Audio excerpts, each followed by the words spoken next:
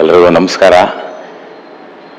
ಮೈಸೂರು ಮಹಾನಗರದ ಭಾರತೀಯ ಜನತಾ ಪಾರ್ಟಿಯ ಯುವ ಮೋರ್ಚಾದ ಅಧ್ಯಕ್ಷನಾಗಿ ನನ್ನ ಸಂಘಟನಾ ದೃಷ್ಟಿಯಿಂದ 2ನೇ ಬಾರಿಗೆ ನನ್ನನ್ನು ಆಯ್ಕೆಯನ್ನು ಮಾಡಿದ್ದಾರೆ.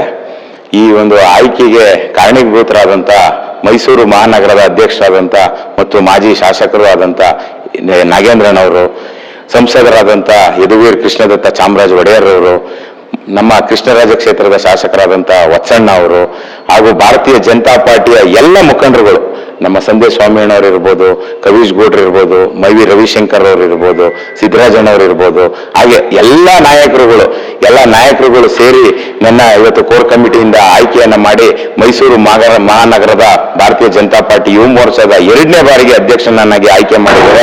ಅವರಿಗೆ ಮೊದಲನೇದಾಗಿ ಎಲ್ಲ ಭಾರತೀಯ ಜನತಾ ಪಾರ್ಟಿಯ ಕಾರ್ಯಕರ್ತರಿಗಿರ್ಬೋದು, ಎಲ್ಲ ನಾಯಕರುಗಳಿಗೂ ಕೃತಜ್ಞತೆಯನ್ನು ಸಲ್ಲಿಸ್ತೀನಿ.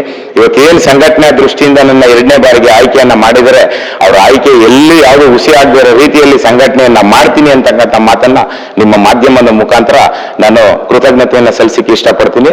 ಇದ್ರ ಜೊತೆಯಲ್ಲಿ ಇವತ್ತು ಯುವಕರಿಗೆ ನಾವು ಇನ್ನು ಮುಂದೆ ನಮ್ಗೆ ಏನು ಯಾವ ರೀತಿ ಕೆಲಸ ಇದೆ ಅಂತಂದ್ರೆ, ಈ ಮುಂದೆ SIR ಮತದಾರರ ಪಟ್ಟಿ ಪರಿಷ್ಕರಣೆ ಏನಿದೆ ಆ ಹಂತ ಈಗ ಮುಂದಿನ ತಿಂಗಳಿಂದ ಜಾರಿಗೊಳ್ತಾ ಇದೆ.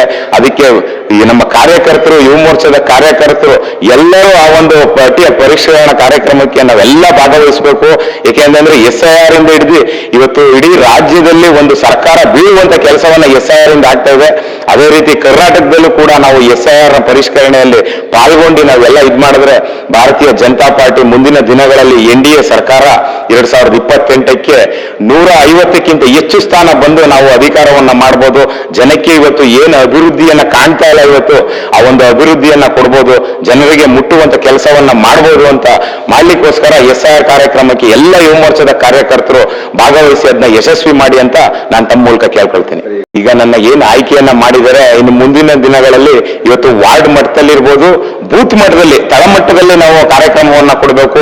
1 ಬೂತ್ 10 ಯೂತ್ಸ್ ಅಂತಕ್ಕಂಥ ಒಂದು ಕಾರ್ಯಕ್ರಮದ ಅಡಿಯಲ್ಲಿ ಮುಂದಿನ ದಿನಗಳಲ್ಲಿ ನಾವು ಈ ಕಾರ್ಯಕ್ರಮವನ್ನ ನಗರಾಧ್ಯಕ್ಷರ ಗಮನಕ್ಕೆ ತಗೊಂಡು ಬಂದು ನಾವು 1 ಬೂತ್ 10 ಯೂತ್ಸ್ ಅಂತಕ್ಕಂಥ ಕಾರ್ಯಕ್ರಮವನ್ನ ಮಾಡಿ ಇಡೀ ಮೈಸೂರು ಮಹಾನಗರದಲ್ಲಿ ಏನು 5 ಮಂಡಲ ಇರ್ಬೋದು, 4 ಕ್ಷೇತ್ರ ಬರ್ತದೆ, 4 ಕ್ಷೇತ್ರದಲ್ಲಿ ಪ್ರತಿಯೊಂದು ಬೂತ್ಗೂ ಕೂಡ ಹೋಗಿ ಯುವಕರನ್ನ ಕಟ್ಟುವಂತ ಕೆಲಸವನ್ನ ನಮ್ಮ ಯುವ ಮೋರ್ಚಾದ ಕಾರ್ಯಕರ್ತರು ನಾವು ಎಲ್ಲ ಸೇರಿ ಮಾಡ್ತೀವಿ ಅಂತ ಹೇಳಲಿಕ್ಕೆ ಇಚ್ಛಪಡ್ತೀನಿ.